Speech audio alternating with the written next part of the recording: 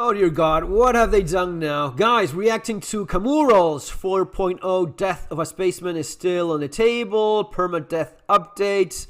As you see, I'm subscribed to his channel. You'll have the link for his channel there below. And okay, let's check this out. I haven't seen it yet. Let's react to this together. Hello everyone. Today I want to talk about Death of a Spaceman again and some new information. Here we have the article from February 2013 that Chris wrote. Link to this is in my first pinned comment below. Every death creates wear and tear on your body. Depending on where you were hit and how you died, your character may require a new body part, which so can either be stupid. cybernetic or organic. So Eventually, stupid. after too many deaths, your character's body will just give out, and instead of waking up in a medbay, you'll be attending the funeral of your fallen character from the eyes of the beneficiary you specified when originally creating your character. Reputation and fact. This is where Chris Roberts, this is back in the day when he was an absolute total nerd, and he thought this could be realistically done. This is the kind of bullshit he dreamed about back when he dreamed about video games. Now he dreams more about bank account money, but anyway. Action alliances pass onto your new character, but slightly diminished. At CitizenCon 2023, Chris was talking about skills. I guess if you get skills, they will be transferred to your next of kin, diminished too. In October 2020, Chris was talking about Death of a Spaceman again.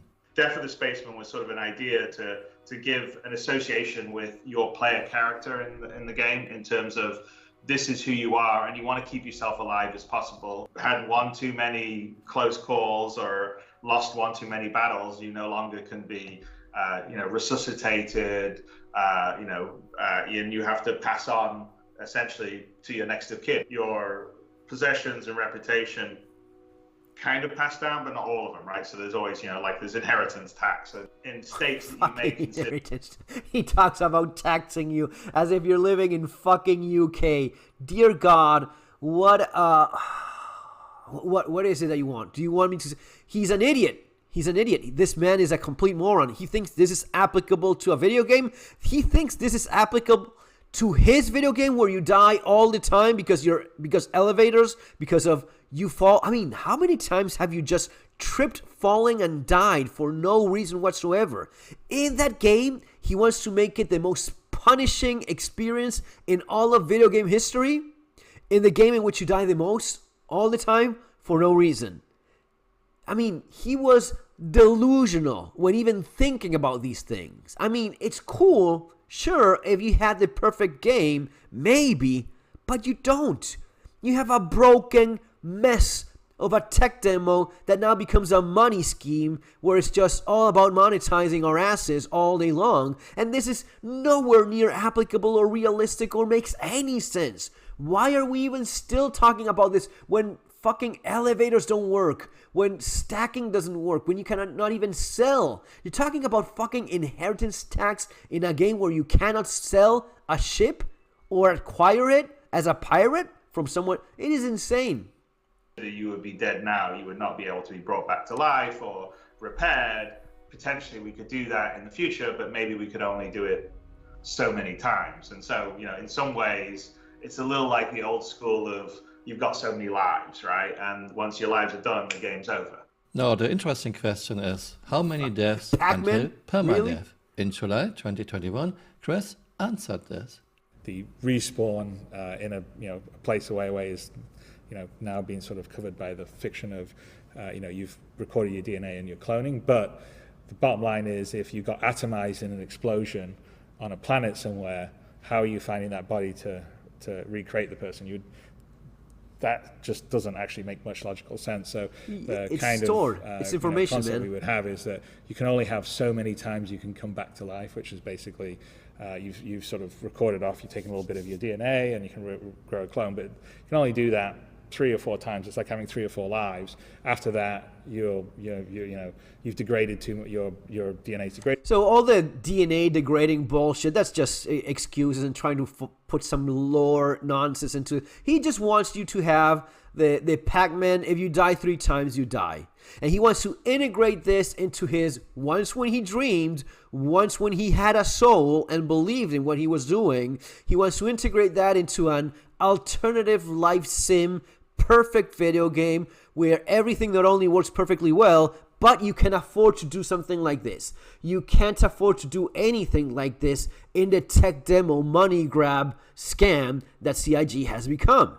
It is just not possible because you die 100 times for reasons that are beyond your control. What are you even talking about, man? Too much, and you're basically permanently dead, and your next of kin will sort of take over in the game, which is a sort of death for spaceman mechanic. So it's exactly the same as the death for spaceman mechanic that we had She's before. looking at him as if you had only so many lives before you would go on to have to pass on to your next of kin, but just scientifically working, I mean, it's all hand waving at this point, but it just sort of logically sort of makes a bit more sense, and also allows players the choice if they don't want to wait around to see if someone can rescue them or find them, because it may not be dead. If you die on a planet, or you freeze to death on a planet and no one's around to come get you, that's not a fun game experience. When you froze our youngest daughter? Yeah, it's not a fun game experience. You may want to just respawn back in New Babbage. There's some scientific misunderstanding. Yes, if you die, your DNA will degrade. Yes, if you burn to death, there won't be much left to reconstruct your whole body. But if I want to, I can just have my DNA in a freezer, and the DNA will be good for thousands of years. I can also just sequence my DNA and reconstruct it if I need it. Your DNA has all the information to reconstruct a clone, but your DNA doesn't have your life experience. So that's why I like Kamura. All of the bullshit about if it's information recorded, you can create 1 billion copies of yourself, especially in the bullshit technology of Star Citizen where anything is possible. What is all of this degrading nonsense? No, he wants to make it limited, has to make it more challenging, and I get it. I honestly get it that the man once believed in what he was doing as making a video game. Those days are long gone, man. Don't know how this is supposed to work. Chris was very specific. You can only die 3 or 4 times, then you will move on to a next of kin. Your next of kin will not inherit all your money, not will get all your reputation, and most likely won't get all your skills. And then we got a medical Ursa promo video, May 2024. You're probably thinking I'm a goner. But the thing is, I've died 1,000 times. Oh, right. Because a regen has always been the strategy. Yeah. Let's do this.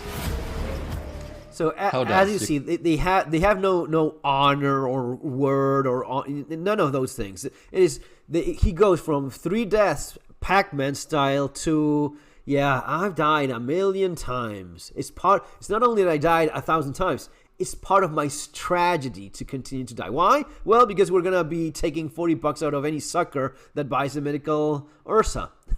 I just need a little bit more money. We change all of the nonsense we say because none of it matters. I mean, it is a video game after all, right?